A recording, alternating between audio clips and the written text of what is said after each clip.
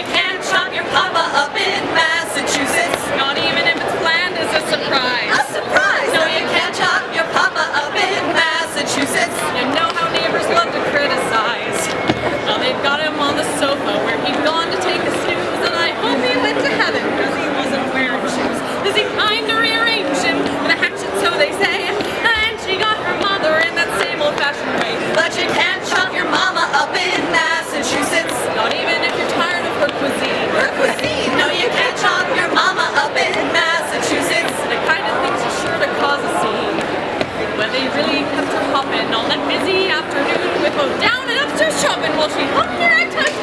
They really made her hustle, and when all was said and done, she'd removed her mother's bustle when she wasn't wearing one. But you can't chop your mama up in Massachusetts. And then blame all the damage on the mice. On the mice! No, you can't chop your mama up in Massachusetts. The kind of thing just isn't very nice. Well, it wasn't done for pleasure, and it wasn't done for spite, and it wasn't done because the lady wasn't very bright. Lizzie'd always done the slightest thing that Mom and Papa did. They said, "Lizzie, cut it out." So that's exactly what she did. But you can't chop your papa up in Massachusetts. And then get dressed and go out for a walk. For a walk? No, you can't chop your papa up in Massachusetts. Massachusetts is a far cry from New York. No, you can't chop your papa up in Massachusetts. Shut the door, lock and latch, and here comes Lizzie with a brand new You can't chop your papa up in Massachusetts. Such a snob, I heard it said. She met her pa and cut him dead. You can't chop your papa up in Massachusetts. jump like a fish, jump like a whoopers, no hands and maybe it's Can't chop your papa up in Massachusetts. Massachusetts is a far cry from New York. Entirely historical because she really did kill her mother first. still the mother first. Yeah. I think it's almost. And it's from the, what music was that? New Faces 1954. That's all. Everyone knows. All right, let's do a drinking song. Drinking song. Drinking song. Everybody likes to drink. If you like to drink, you all should come to our room party tonight. Oh yes, Building 3 over at the Choo Choo. We're doing a Firefly Week room party tonight. We're gonna have Mother's Milk and Serenity. So room 1021.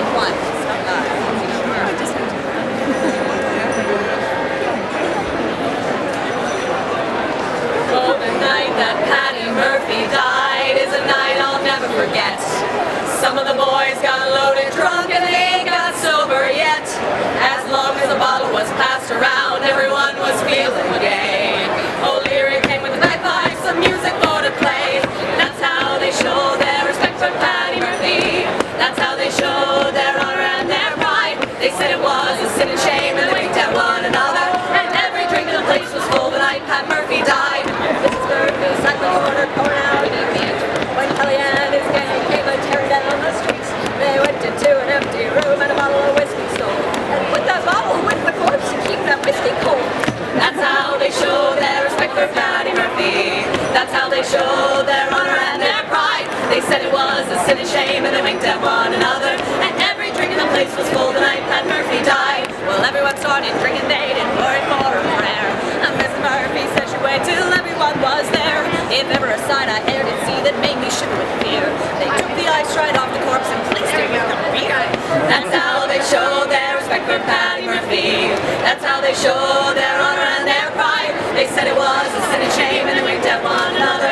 And every drink in the place was full the night Pat Murphy died. A fight broke out, was fierce and strong, and everyone was in. Someone knocked the whiskers right off poor old W. Flynn. And Dirty Andy Burke was there. Now what do you think he'd done?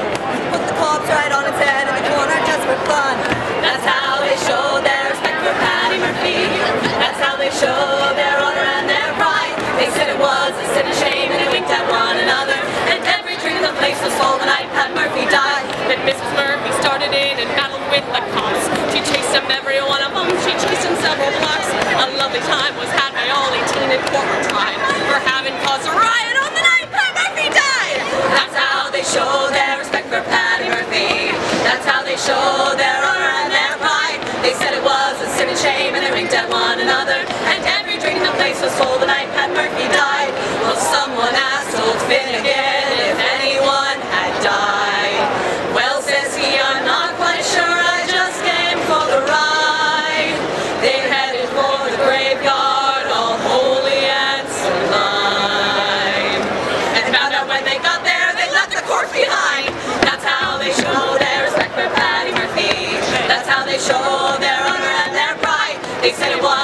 shame, and they winked at one another. And every drink in the place was full the night Pat Murphy died.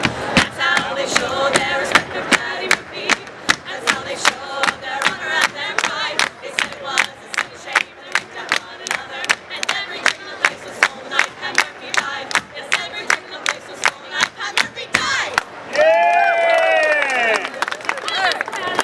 Well, this next song is a little more along the lines of what we usually sing, but it's more where they should go over their heads. This is the as clean as we get set. Just to remind everybody, we will be doing much, much dirtier music tonight at 7 o'clock at track 29, and we also have a fantastic room party at 10, Firefly Beat, where we will have great theme tunes and everything. If you like a little dirty and a lot of swearing, definitely come to our show at 7 o'clock. And we do have merchandise over at our table just down that way, and we'll be there to sign things afterwards. Okay. If you don't say the treats. Oh, yes. Priorities. Just water. A German clockwinder to Dublin once came. Benjamin Fuchs was from Germany. And as he was winding his car down the strand, he got distracted and the music was bad. Singing Tora-lama, Tora-lama, Tora-la-yay. Tora-la-yay, ora-la-yay, ora-la-yay. Singing Tora-lama, Tora-lama, Tora-la-yay. Tora-la-yay, ora-la-yay, ora-la-yay.